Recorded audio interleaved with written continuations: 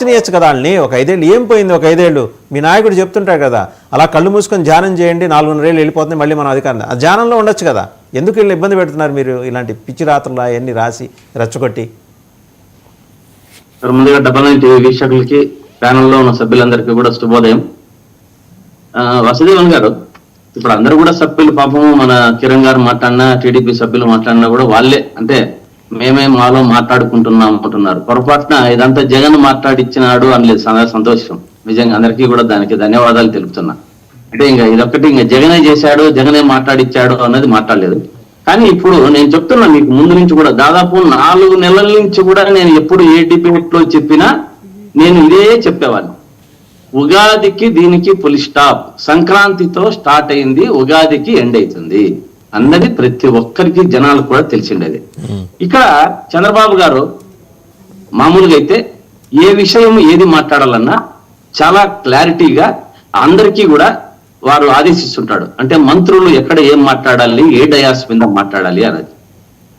చంద్రబాబు గారు దీన్ని ఖండించి, ఎప్పుడు ఖండించి ఉంటే మహాసన రాజేష్ మాట్లాడినప్పుడే పార్టీ వర్గాలతో ఆయన చెప్పకపోయినా నువ్వు మాట్లాడిండేది ఇది తప్పు నాయన, ఇది జరగలేదు, ఇది కూటమి ప్రభుత్వం బాగుంది నడుస్తా ఉంది అని చెప్పించాలి.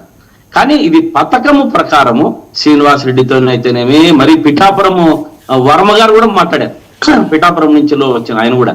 వీళ్ళందరూ కూడా ఒకరికొకరు మాట్లాడుతూనే వచ్చి చాలా పీక్ స్టేజ్కి వచ్చేసి, వచ్చిన తర్వాత దావోస్ లో ఆ మంత్రి గారు లోకేష్ గారు ఉన్నప్పుడు మన టీజీ భరత్ గారు మాట్లాడాలంటే ఎంత ధైర్యం ఉండాలి.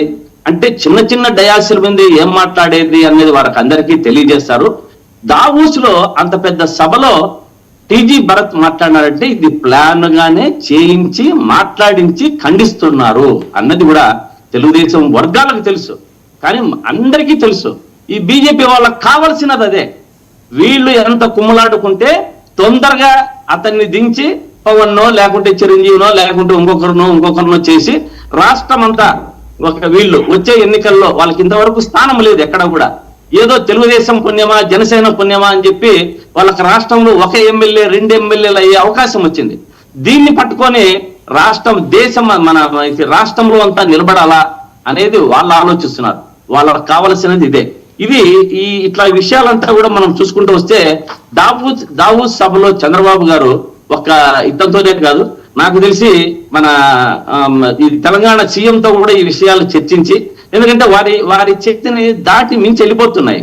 అంటే పవన్ కళ్యాణ్ గారు చేస్తున్న దూకుడికి, బీజేపీ చేస్తున్న వారి యొక్క పరిణామాల్లో, వారి యొక్క ప్రణాళికలకి ఈయనకి ఇంక పాపం చేత కావడం లేదు. దీన్ని బట్టి చూస్తే మన తెలంగాణ సీఎం గారితో కూడా ఈ విషయం చర్చించి వారితో కూడా తగిన సలహాలు. టీజీ భరత్ గారు ఏమన్నారో చూద్దామండి. శ్రీకాంత్ గారు ఒకసారి చూద్దాం.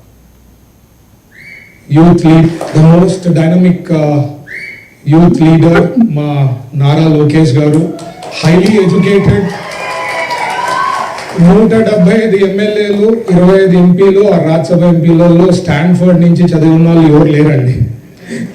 So very highly educated, so he knows what to do, when to do everything. So perfect blend ఉంది మాకు, ఇట్లా సీనియర్ ఇట్లా జూనియర్. వీ హ్యావ్ అంటే లాంగ్ టర్మ్ విజన్, ఒక ఆలోచన చేస్తే ఫ్యూచర్ ఆఫ్ తెలుగుదేశం పార్టీకి ఉంది అని చెప్పేదానికి ఒక క్లారిటీ ఉందన్నమాట మా పార్టీలో. అండ్ నచ్చినా నచ్చకపోయినా ఎవరికైనా ఫ్యూచర్ ఇస్ లోకేష్ గారు. అండ్ కాబోయే ముఖ్యమంత్రి కూడా మన లోకేష్ గారు ఫ్యూచర్లో. The most dynamic youth leader మా నారా లోకేష్ గారు. సో అదండి, ఎవరికి నచ్చినా నచ్చకపోయినా చాలా కేటగిరికల్ గా అని చెప్పారు. ముఖ్యమంత్రి పక్కనే కూర్చున్నారు, ఆయనకి నచ్చినా నచ్చకపోయినా అంటే అది తప్పు కదా. అది ఇదంతా కూడా ఒక డ్రామా మాదిరి నడుస్తుంది. ఒక డ్రామా అంటే మాట్లాడించడము, తిట్టడము. ఇంతవరకు తిట్టిలే, కానీ చంద్రబాబు నాయుడు గారి దగ్గర నుండి ఒక అడుగు ముందుకేయించారు. అంటే డిప్యూటీ సీఎం నుంచి సీఎం కేయించారు. అంతలోపల జనసేన వాళ్ళు ఏం చేశారు? ఉపరాష్ట్రపతి చంద్రబాబు, పవన్ కళ్యాణ్ గారు సీఎం, డిప్యూటీ సీఎం. అప్పుడు ఆయన వదిలిన పదవిని లోకేష్కి ఇచ్చే ఏర్పాటు చేస్తున్నారు. అంటే ఇదంతా కూడా ఒక పెద్ద డ్రామా మాదిరి. ఇది కావాల్సినది కూడా అంత బీజేపీ వాళ్ళకు ఇదే కావాలి. కానీ ఇక్కడంతా కూడా మన కిరణ్ రాయలతో మన ఈ పవన్ కళ్యాణ్ గారు కూడా ఖండించే ఏర్పాటు చేశారు. పవన్ కళ్యాణ్ గారు మనకి ఇంతకుముందు మన కిరణ్ గారు మాట్లాడుతూ దేశము చాలా అభివృద్ధి పథంలో పరిగెత్తిపోతా ఉందన్నారు. సూపర్ 6 పక్కన పెట్టి ఈ సూపర్ మ్యాన్లకు అందరికీ పదవుల కోసము కుమ్ములాటలో ఉంది మీ కూటమి. ఇంకా ఏదో చాలా అంట ఎంత పరిగెత్తిపోతా ఉందంట. ఆ పరిగెత్తిపోవటంలో ఈ కుమ్ములాటలు ఆపుకోండి. ఆ పరిగెత్తిపోతాంది బానే ఉంది. ఓరొకల్లో పవన్ కళ్యాణ్ గారి ఫ్రెండ్ కి వారి పార్ట్నర్ కి 1200 ఎకరాలు ఇచ్చే ఏర్పాటు చేశారు. ఇక్కడ స్వామీజీలకు ఇచ్చిన దాన్ని పీక్కుంటున్నారు మీరు కూటమికి వచ్చిన తర్వాత. చాలా అభివృద్ధి పట్టంలో పరిగెత్తిపోతా ఉంది అనేది చాలా హాస్యాస్పదం. నిజంగా చాలా నవ్వాలో ఏడవాలో అర్థం కాలే. ఒకసారి చేస్తున్నారు వీళ్ళందరి మధ్య